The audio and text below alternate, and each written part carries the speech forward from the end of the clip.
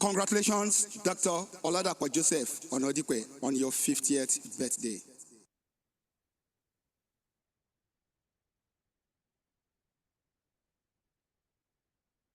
This is indeed, sorry.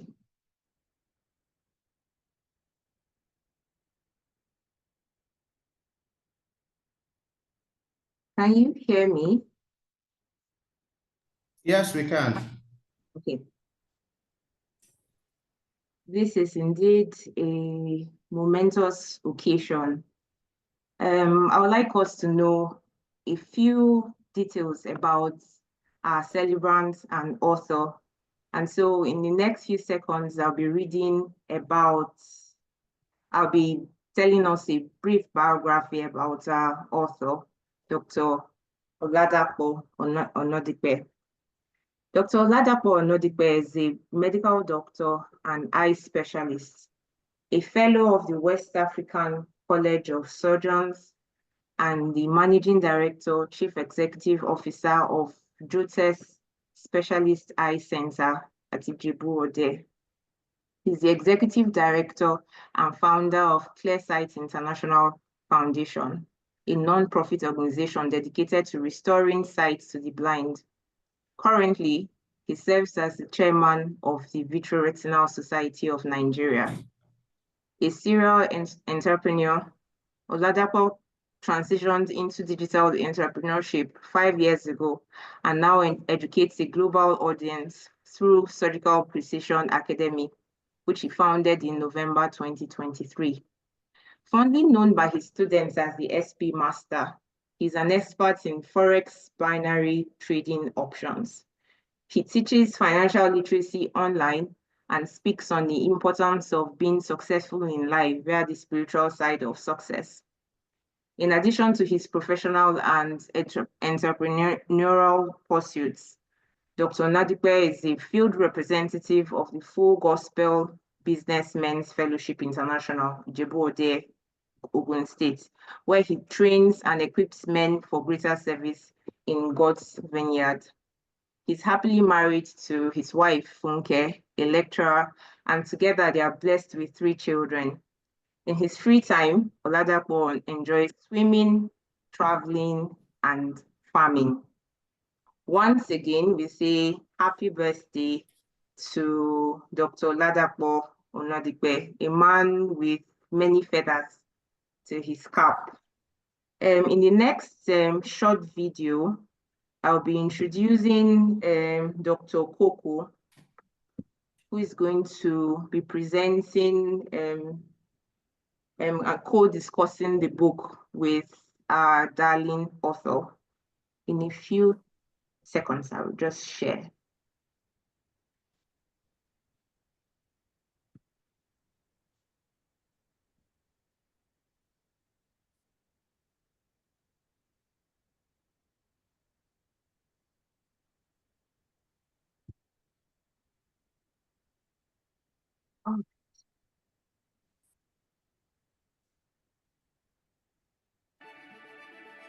Dr. Michael Koku is a physician and Maxwell Leadership Team speaker, coach, trainer, and independent executive director, well known for his ability to encapsulate complex ideas and present them in concise, compelling fashion.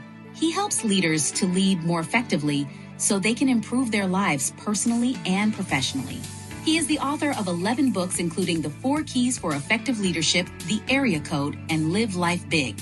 He is also the Chief Visionary Officer of the LAMP Global Community, the parent organization for Will Women in Leadership League, Pearl Parents Empowered Academy for Right Leadership, Yes Youth Empowerment Society, and TBN, the Berean Network. Let us give a warm and cheerful welcome to Dr. Michael Koku.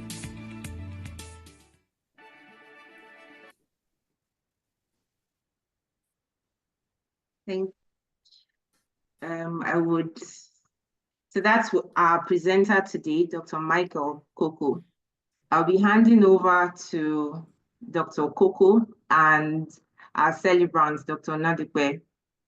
Over to you, sir.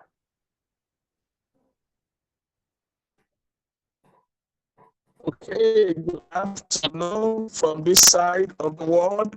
I'm speaking to you right now from the Orlando Marriott. I happen to be at a leadership event with my mentor, Dr. John Maswell. In fact, he will be speaking now. I told Dr. Dakpo that we're going to cut this thing short in righteousness so that I can go and listen to my boss, Dr. John Maswell. I want to say thank you for the introducer, Dr. Darren Tess Orasoye. I'm so happy to be here today. So we'll be having a session right now with Dr. Dakpo. If you can spotlight him, it will be good. If you can put a spotlight on Dr. Dakpo, all protocols observed, I want to really appreciate all the great men and women on this platform today. And it's so funny, we live in a very small world. I happened during the breakfast today at the conference. I was talking to an ophthalmologist. I don't know if Dr. Dakpo remember him. It's Dr. Ido. So he said, yes, he knows Dr. Dr. Koku, we are not hearing you.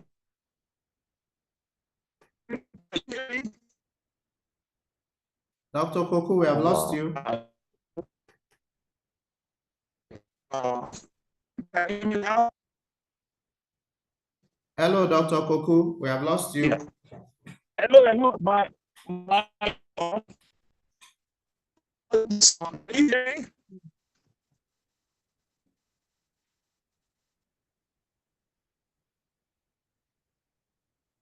Let's give him a few minutes. I'm sure he will be here shortly.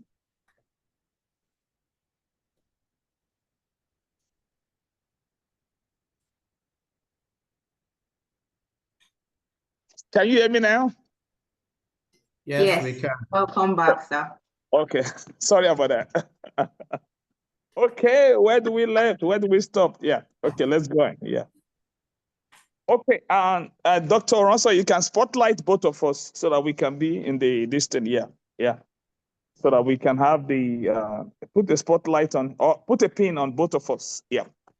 Okay, we're going to go into the session of just interactive session. I want to talk about the book. First of all, I want to really congratulate Dr. Dakpo on your 50th birthday. I was telling him, welcome to the 5th floor. You know, and some of us have been privileged to be on this floor for some time. And we saw how the view is. So we want to talk about your book, Knocked Down But Not Out. It happened that it's always you've been an inspiration since I met you. I remember that day I was sitting down in Our Lady's Seat of Wisdom. I saw that man sharing, and I was so inspired when he told me that he's a 300 level medical student. I said, wow, when I grow up, I want to be like him. So it was a great time when I got to know that he lives in Mellanby Hall. So that's where all the relationship began almost 30 years ago.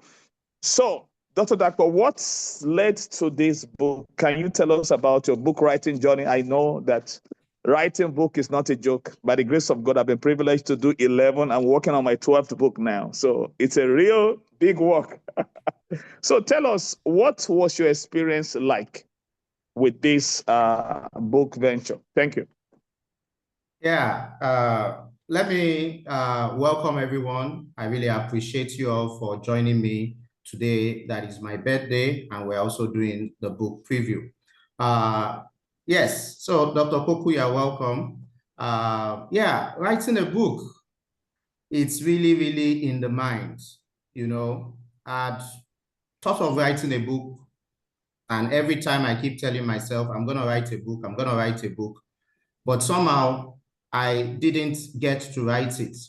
So last year, when I was talking to my students, I told them to write 10 things they wanted to achieve last year. And one of those things I told myself I wanted to achieve was to write my book. But the only thing is that I didn't know that writing is different from publishing. So by the end of the year, I had finished writing the book, but I didn't get it published last year. So it wasn't until this year that I eventually had to get it published. But like I said, it's all in the mind.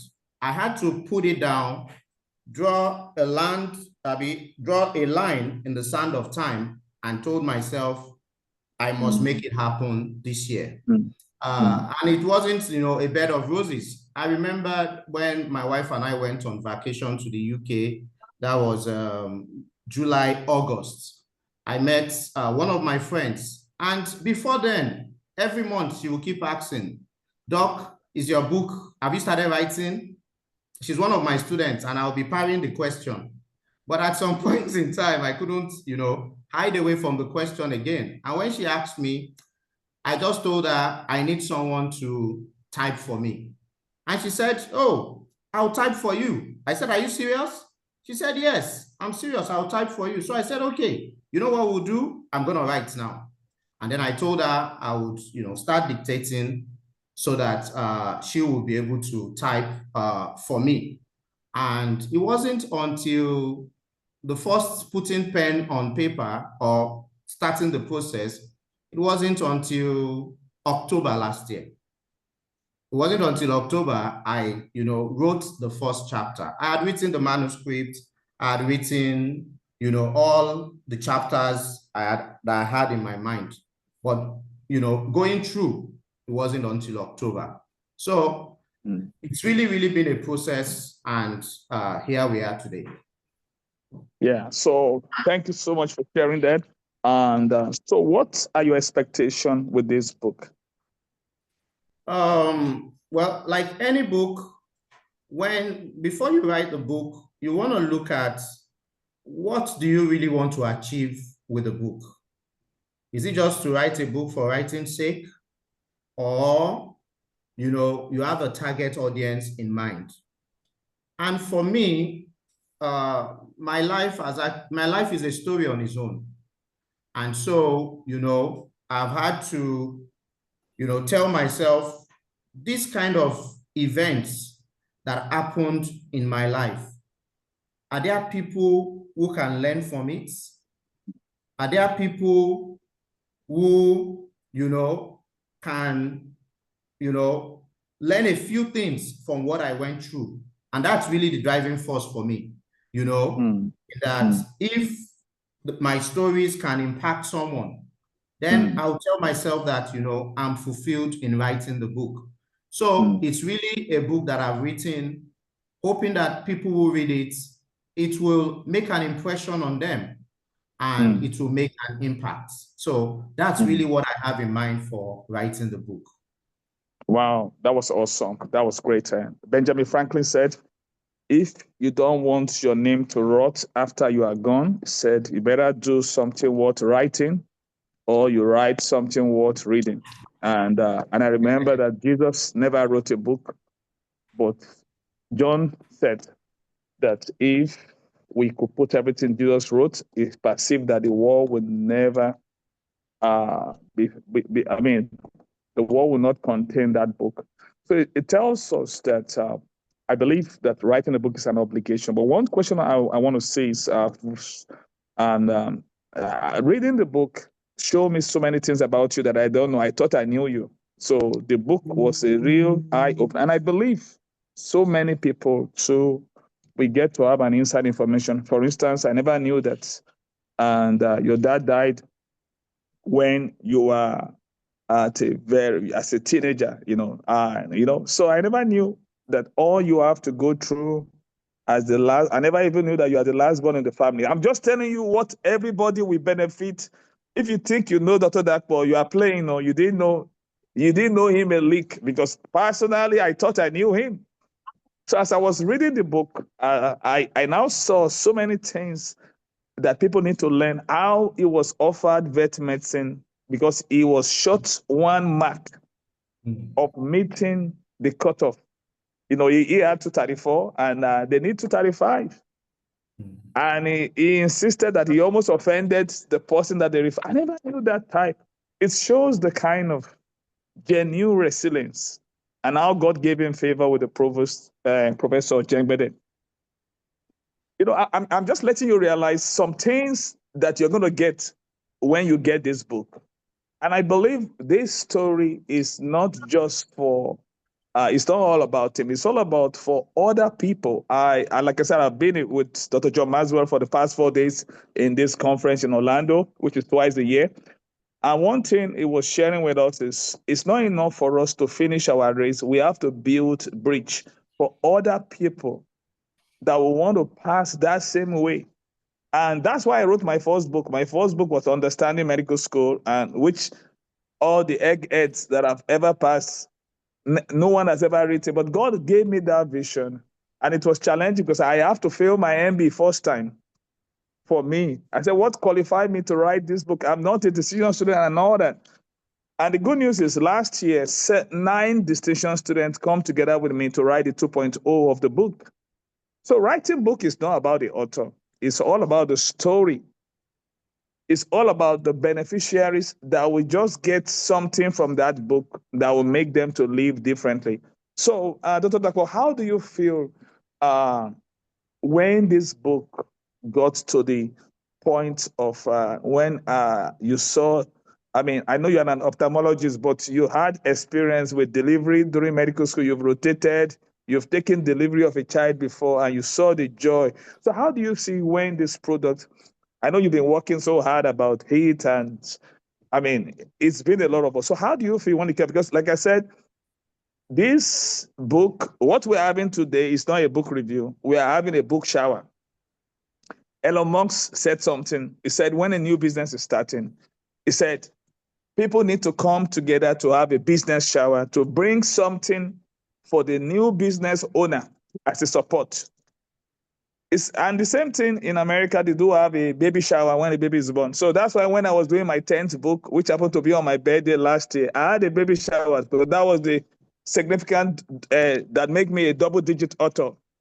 So now we're having a baby shower for knockdown, but not out. So how do you feel, And I know you feel like a mother that was giving birth, to a baby. How do you feel when this book came out, knowing how much of benefits it will really impact generation, that it was not only written, so many books are written, they don't get to this stage. So how do you feel about the finished product of this book? Thank you.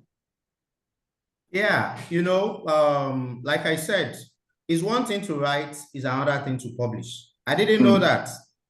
Last year, I wrote, I want to write my book. And by the end of the year, I had written my book, but yet I had not published it. And you see, a lot of dreams or aspirations, they die in the belly. And there are a lot of people who have manuscripts, but they are not able to take it from the table or on the system, out there. So for me, I feel very happy because I was just saying that, I don't know too many authors. Let me use it that way. So, although I know Dr. Koku here, but I don't know too many authors. So for me to now join that league and say I'm an author, it's a privilege. And I'm really, really, very happy about it. By the time the book came out, I was eager to get the author's copy. And I'm telling you, the day that copy touched my hand, then I knew that, yes, this baby, I have seen this baby now, and there was so much excitement, there was so much joy in me, what you have on the screen is different from what you have in your hand. They are two different things, the feel when you go through it and then you see that, oh, I've finally been able to make this happen. So I'm so happy. And we had a timeline to work with, and I think that is also very important. You see, for me, my goal was that this book had to be ready for my birthday. So it gave me a focus, let me use it that way. Because take, for example, if I said the book will be out this year, and then maybe there are 1 or 2 challenges, okay, we'll say April, we'll say May, and then we continue that way, and before the year may be over, and the book is still not out. But because I gave myself, that target, that this book, come rain or sun, this book must be out, for my birthday. So it gave that extra push. And when it eventually came out before my birthday, it gave me so much joy. Wow, I can feel you, Dr. Dako. I remember when I got my first book, and it was not a big book like yours. It was a little booklet. But I was happy that at least, because like I said, I know the joy you are feeling now is not just that you are an author, you have joined the league. It's the joy of contribution. And that was, and one thing I see about you is ever since I know you, that really challenged me about you. Humility is a very vital trait in your life. Because I remember I'm privileged to start a global leadership community with 24 strong leaders. One of them is Dr. Olubumi Fatugashe. I can see Dr. Tessie right there, which I'm supposed to be the Chief Medical Director of the Oladapo Onadipe Teaching Hospital. So we do a lot of global transformation, and we do global conferences to change life. But you were coming to the Authors Forum. We have Authors Forum. In case there's any would-be author right here that you want to write a book, we have Authors Forum. It's a global platform every first Wednesday of the month. The next one is coming up April 2nd. So we bring authors, people that have written books, to inspire people, aspiring authors. And the good news is this: Dr. Dako has never missed a meeting since he has been coming. And when he comes, he always asks questions, and that's something I want everybody to take note from Dr. Oladapo Onadipe. He's a man that is very, very teachable, always asking questions. And this is very, very important because nobody knows it all. And when it comes to learning, there are 3 attitudes to learning. The first attitude is, no one can teach me anything. That's the arrogant attitude. The second attitude is the naive attitude that only one person can teach me everything. And the third attitude is the teachable attitude that everyone can teach me something. And I believe this is the attitude that we're supposed to have. My mentor always said this, Dr. John Maswell, that there's no finish line. And today in this conference, we have people, different kind of speakers coming. Tim Tebow will say, they're all younger than him. And you will see this young man, 78 young man. He did the first teaching. He will be doing the last one very soon. I have to go and join that one. But he finished his teaching. He didn't go to his hotel room. He was there taking notes. Because only those that take notes, they are the one that the world will take note of. So if you take notes today, the world will take note of you tomorrow. So Dr. Go, another question I want to ask you. Reading your book, one thing I see that was running through your book is resilience. Resilience. I mean, the enemy was coming to you. In fact, this knockdown but not out was actually true. One time you were going for your NYSC house, some hoodlums cornered you, and still you didn't give up. You didn't go back home. You still traveled. I mean, so many things that happened to you. So many things. And what do you want people to learn about your resilience? Because if I didn't read this book, I wouldn't have known what you went through. So at times, when you just see people, for every glory, there's a story. So people see your glory as the CEO of the Clearside Foundation, as a sojournpreneur that you are. And I believe this book is really very inspiring because your story is your superpower. So tell me what are the 2 things that you want people to get from your resilience? Because we live in a time in which when people are faced with the wall, I tell people when you are thrown, when thrown against the wall, you are either an egg or a tennis ball. An egg, of course, is gonna crash. It's gonna scatter. But a tennis ball will bounce back. So, what is the secret of your resilience? Because that's what I can see all through. Even getting at me, it's always like there's a fight, but you never give up. You never give up. So what this ingredient called resilience? What do you want people to see in that? Because I think this book is needed. There are some books that are timely, some books are timeless. Yours is both timely and timeless, because this message is an evergreen. So tell us, what do you want people to get from that resilience that will inspire other people not to give up? Because, and I know God is not done with you yet, because you keep on shining brighter and brighter and brighter and brighter. But the good news is, can you share with the people on this platform why they need to get this book to inspire people in their life that that they don't even face what you face and they want to give up? Thank you. Yeah, thank you very much. You see, in life, we're all going to face challenges. Mm. And when you face those challenges, you either, overcome or you buckle in. Mm. And the question you ask yourself is that if I'm going to buckle in at every time, then I'm not going to make progress.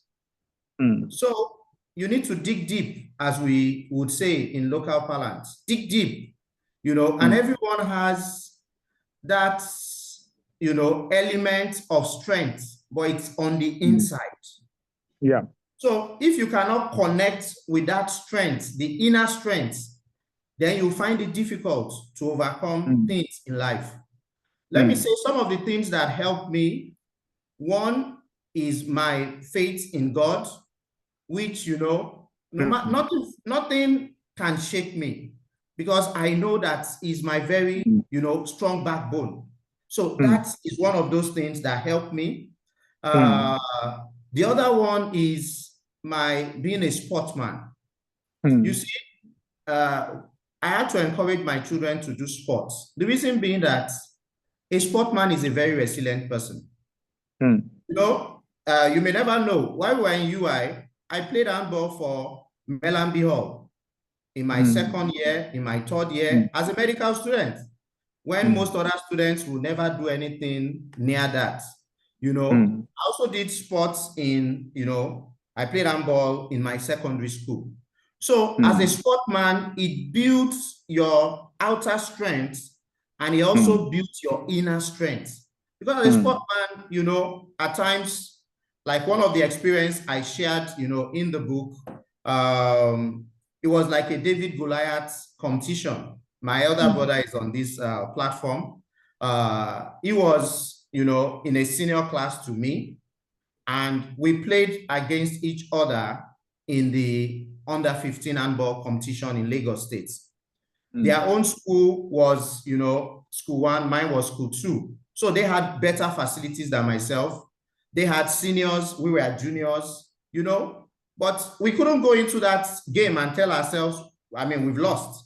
So we had to dig deep, and in digging deep, we're able to win them, So it's that inner strength, and every one of us, we have it, but you must be able to, dig deep. If not, at every bus stop, you're just gonna throw your hands up and say, I can't make it.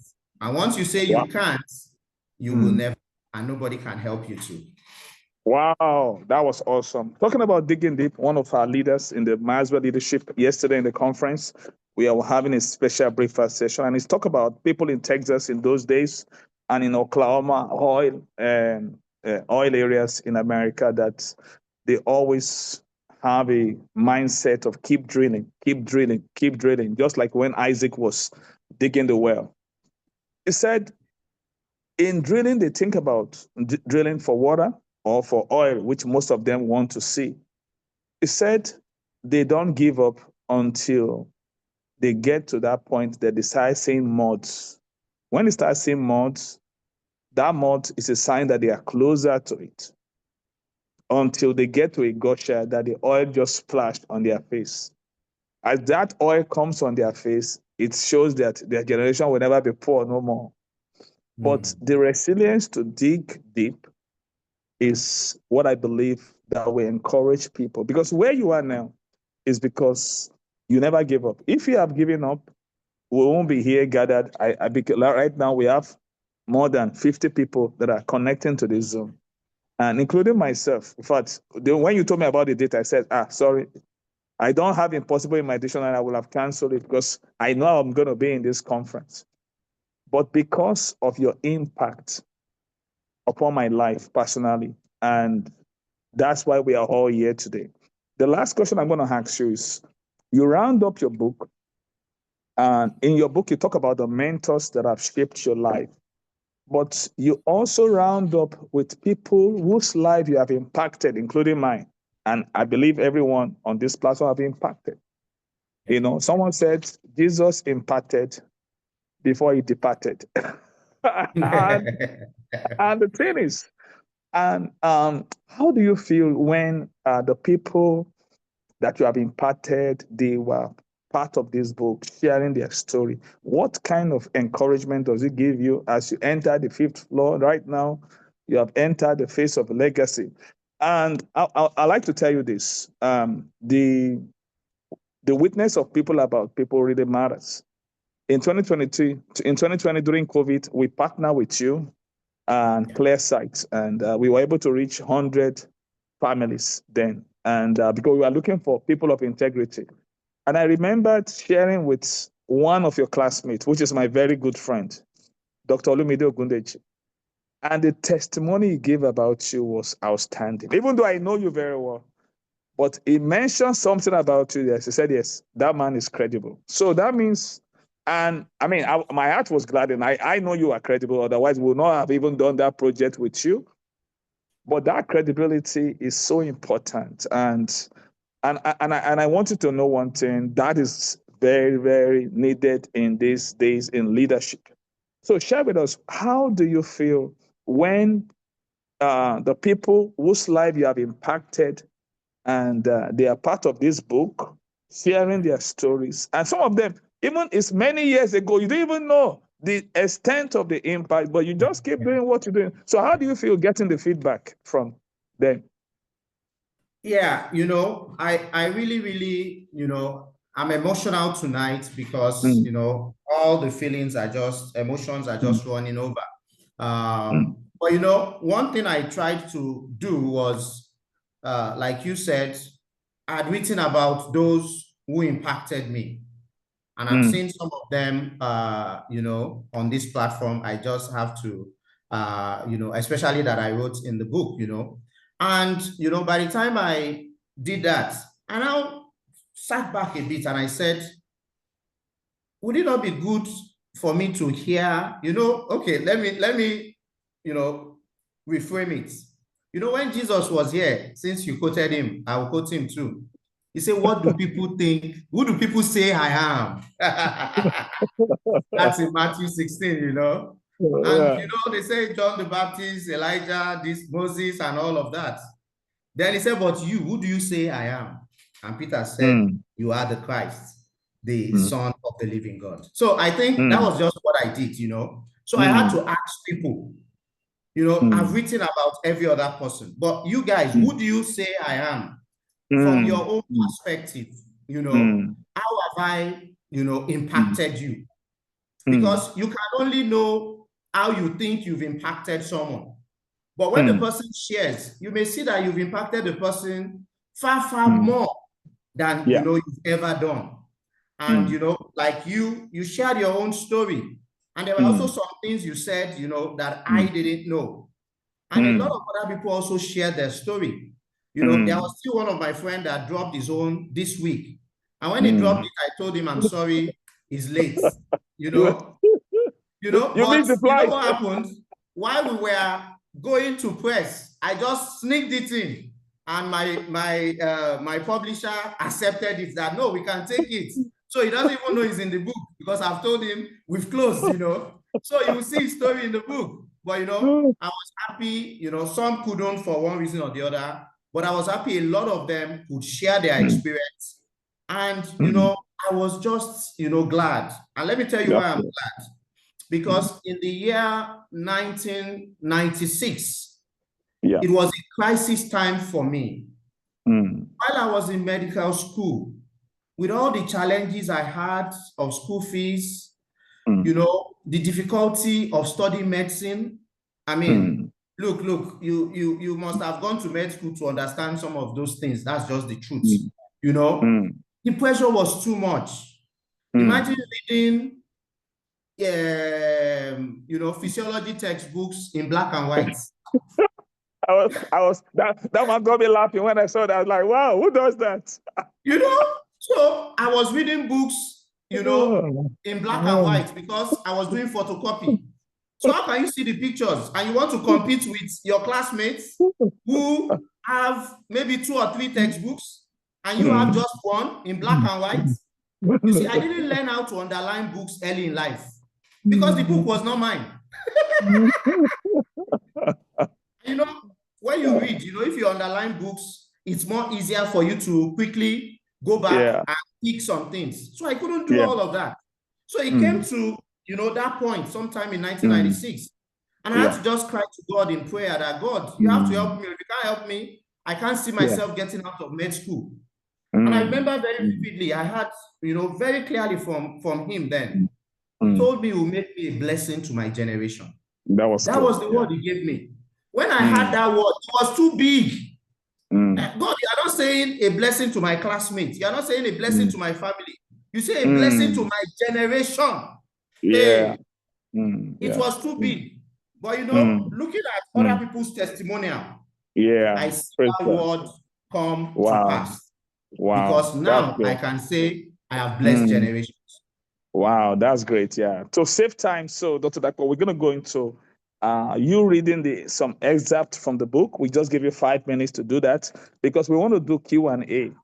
And I have a surprise gift for people that will buy the book today. And I want to throw $1,000 into this book shower. My $1,000 will be in form of a leadership development class. I'm starting 5 weeks. It's called Live Your Dream, Leadership Development and Transformational Experience. So I like to give gifts. So I'm throwing $1,000 into this project in form of that training, but it's for those people that will buy the books. Don't just buy for yourself. You're going to buy for others too. And because living for others to live is life indeed. So we're going to have Dr. Dapo. So quickly, and just read some excerpt from the book, and we'll give you 5 minutes from that because, it's like we don't want you to give you everything. So what is the use of reading everything when they will get everything? So we just wanted to just read some points that stood out to you. Just 5 minutes, and don't give them everything. Okay. We just want to give them a taste, little taste. Yeah. So that, this will be from the chapter 2 that I'm reading. This particular platform is just a paragraph. So it says, a few months earlier, I had walked into the staff room of Isolo Secondary School, my school, with excitement and enthusiasm to see our biology teacher, Mrs. Ofungu. I shared my intention to study medicine at the University of Ibadan with her. It was easy to share this with her because she taught biology professionally. And her motherly advice during class endeared her to all her students. She was very diligent in her teaching and quite approachable. She also had a good car, which was the envy of other teachers. So I developed a liking for her and biology. Therefore, medicine was the natural drift for me. Okay, I will just, leave there, move to another place. This time around, I think this is chapter 4. I was involved in handball, which I had played in secondary school, winning laurels in the inter-school sports competition.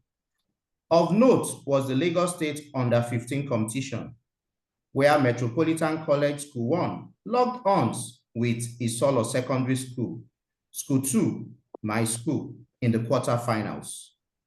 It was a David versus Goliath battle, as School 1 had my senior brother, by the way, he's on this call, Dekunle, and other experienced players, while School 2 had rookies like Tope Adeoye, Dipo Dinyo, Afis Oliide, Ejike Izuaga, Kola Patrick, Showen, myself, and a host of others. I'll just go one more line down.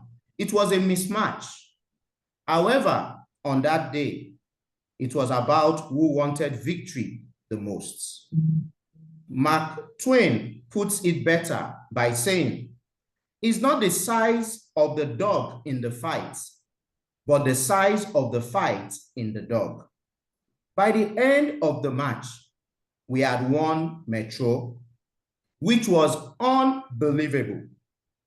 Out of bitterness, they banished us from their courts, where we used to train.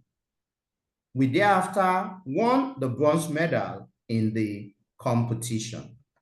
I'll just go to the last one, and that would be like, what he said about, the story of others. What a few of my friends or people wrote. I will not read what Dr. Koku wrote. Is very long, but I'll just read a line from one of my classmates in the University of Ibadan.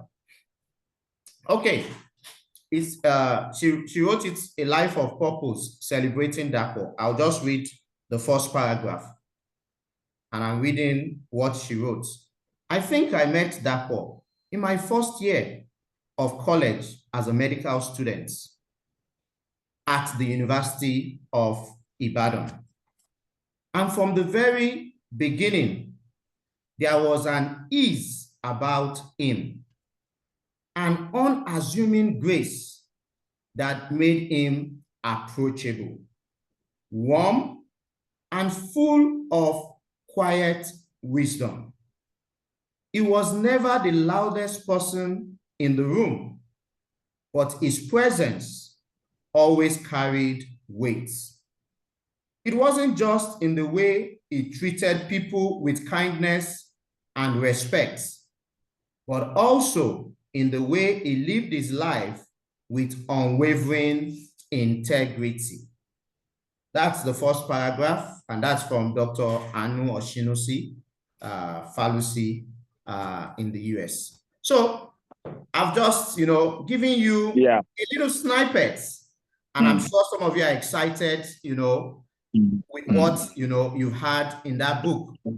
And there's going to be a whole world of things you're going to learn, Let me also say, in the last 10 days, I did a gratitude challenge. And each day, I wrote an experience I had, while growing up to my 50th birthday. And people started asking me, "Is that what you compiled and put in the book we are going to, have?" And I told them, "You'll be shocked. There is no story I told in the last 10 days that is in this book." So what that means is that this book, I had finished writing this book before I started writing that other story. So you are reading something you've never read. And like he said, you may think you know that story. When you read it, you actually know that you don't know that story. That's awesome. Yeah. So we're going to go to, thank you, Dr. Dapo, so much. So let's go to Q&A now. Please put your, and I would like Dr. Darlington, please, to have this. I'm using my phone. I'm not using my laptop now, but they're already calling me that they needed me inside. But I said, we're going to get this baby out, finish this part. So the thing is this, please put your Q&A. This is Q&A time. Is there a question you want to ask the celebrant, especially about this book? And the good news is the celebrant today is not only celebrating his birthday, and Dr. Pastor Master Molo said that people just say that, this birthday we have to. They say, what? I know we are celebrating life, but it's also good to celebrate life and purpose, because the main thing is when I was about to clock 50 and in 2 years ago, because my first 2 books I wrote it in medical school. For 20 years, I never wrote a book. So as I was closing 50, it bothered me. And I said, God, I want people to leave that day with something. And that year, I challenged myself, I'm going to write 10 books for 2023. Well, I never did 10 books, but I wrote 5. At least that's half. It's better than not writing 1 book in 20 years. And by the grace of God, last year, I continued where I left off. And God allowed me to write 4 new books last year. So I'm working on my 12th book at the moment, to the glory of God. But like I said, I know what it is to write a book, in the sense that it's a lot of work. It's a big project. So I know Dr. Dapo has really, he wants to give this gift to the world, because the most important thing in life is contribution. Somebody's going to learn. If there's anything we need in this world today, the story of resilience. And that is what this book taught me personally when I read it. And do you have someone in your life that you think need resilience? I mean, we all need this. And that's what this book is all about. It's very inspiring, very inspiring. So please, Q&A. And Dr. Darlington, if you can get it, the question, please put your question on the chat for Dr. Dapo. Let's cut things short in righteousness. And before we go to call to action, yes. Yeah, question and answer, please. Dr. Darlington, in case you see this question, please read it out loud. Yeah. Do we have any questions yet? Yes. Okay, please question. And if you feel like asking your question live, you can unmute yourself. That's another thing. Instead of dropping it in the chat, yes. So we are getting test of celebration and all that, which is thank you for everyone sending those tests. Yeah. Yeah. So is there any question for the author? Any question that you want to drop in the chat? You want to ask him about this glorious golden feet? Yeah. Okay. There's a question on the chat. We have one. Yeah. Okay. How did you decide which stories to put in the first book? Because I know that, yeah, go ahead, finish it, Dr. Darlington. Yeah. Okay, thank you. The question is from Kate. She says, how did you decide which stories to put in the first book? Because I know you have so many up your sleeve. Yeah, thank you very much, Kate. And let me use this opportunity to acknowledge Kate. Kate is actually my student. She celebrated her 70th last year, and we visited her in Wales. So it was a very wonderful time. Kate was the one that volunteered to type for me. So she made my job very easy. I did a voice note, and then I'll send it to Kate, and Kate will type it out. And that's really how the work, became much lighter for me. So I have to acknowledge that. Now she asked a very important question. How do I know which story should fit in where? Well, I'm a man of faith. So I wait, on God for inspiration. And, when I'm writing, I just know this one should not come in, and I knock it off. And I know this one must come in, because if you go to the book, you will see that, it flows. Imagine I want to tell a story of 50 years. There's so much information. I don't even know which one should, which one shouldn't. But, as the inspiration comes, I just know I should include this, I shouldn't include that. And I'm sure when you read it, you'll see that the book actually flowed very well. I would say that. So it's inspiration, and that's really what helped me to be able to know which to include and which not to include. And I still have a lot of stories to tell. So I'm already working on my second book. Let me give you that secret. Wow, that's awesome.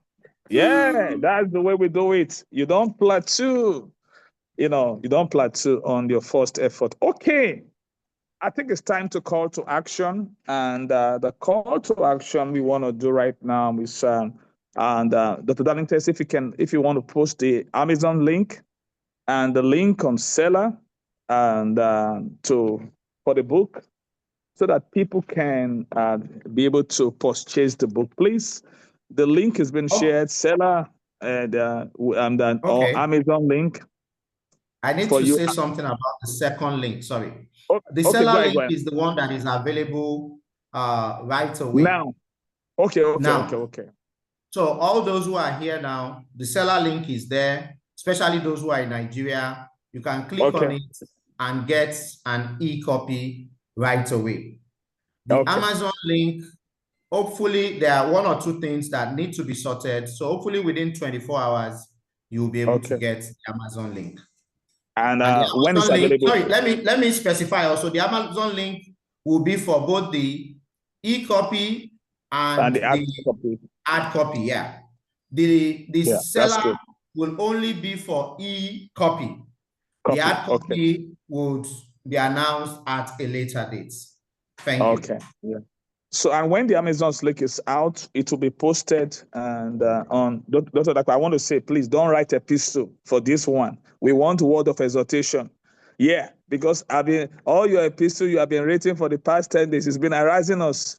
But the other time you said you won't read my story because it's too long. But if there's someone that knows how to write how long a letter, it is you. So if you want to post the next one you're going to post, so say thank you for your birthday. So, and let it be few words so that people can see the link there. The link is what we need. So the link is what we need so that people can get the link. Somebody advised me too because I like episode 2. Yeah. Then now this is what I'm going to do. And I'm starting a training this Saturday. Like I said, I want to give 5 people that will buy the book. They're going to be getting $200 gift. The training is $200 gift. So as soon as either you buy digital or hard copy, it doesn't matter. What really matters is I want us to support this work. One thing I know is when you are doing something like this, it takes a lot of effort. And let me tell you, you are not supporting Dr. Dakpo. Dr. Dakpo is not broke. I call him Sojopreneur. Yeah. We are supporting upcoming projects. And this is what it's all about. So whenever we support initiatives, we are encouraging that heart to keep on doing the work. Because there's so many things that goes apart from finances and all that. So I want to encourage you all to, I know my book, when I released my book during my 50th birthday, and people came, they buy on site. I mean, it was very encouraging. So people drop check. It was very encouraging. That's why I'm dropping $1,000 to encourage us. So I want us to be CEO to this Dr. Dakpo's initiative. I want us to be chief encouragement officers, to really encourage these initiatives. And so please, Dr. Darlington, I don't know how we can capture the people that will buy the seller maybe after the end of today. By tomorrow, I want to have those lists. Yeah, so the first 5 people, so they're going to get a $200 gift. Yeah, to attend a 5 weeks course that we further just to let you know how much we appreciate you. And so anybody can have it. So I would like to invite the First Lady and Mrs. Funke Onadipe to give us the vote of thanks. Thank you.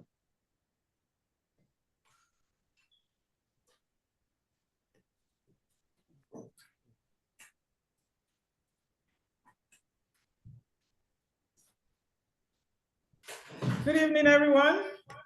We want to see your face. Okay. Yeah. Because I saw the one story that Dr. Dakwa did not say is how he was chasing you. They sent him to go and read medicine and surgery. He was hiding midwifery on top of the course. Okay. Yes, I'm going to make my business here very short. I just want to thank every one of you for coming. Thank you all. I can see families, friends, my husband's colleagues, full gospel members, all the students of SP Academy. Want to appreciate everybody, all members of the Authors Forum. That's our latest addition. We want to thank every one of you. We really appreciate you for your time, your data. You know, it's the love you have for us to come and celebrate my husband's 50th and the birth of this new project.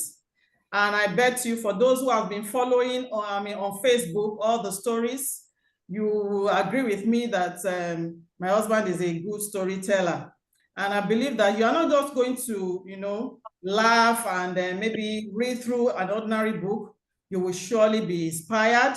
You will surely be encouraged, and you will be blessed. Thank you all once again. I just want to appreciate you.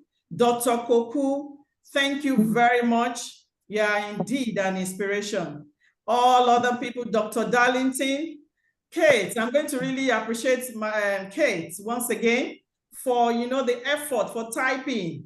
I can't imagine myself also sitting down to type. You really did a good job. And also in absentia, our children, they also contributed so much to the book, most especially one of our daughters. She actually designed the cover of the book. That's Nifemi, just Nifemi Onadipe. We really appreciate every one of them and also every one of you. We can't thank you enough. Your coming has given us a wonderful birthday gift. Thank you, thank you. I want to encourage and also appeal that please go ahead, take a copy or even buy more and also bless others. Thank you all. God bless you.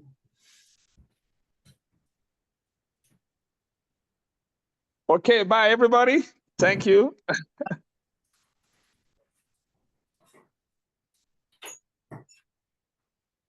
Bye-bye. Thank you, everybody.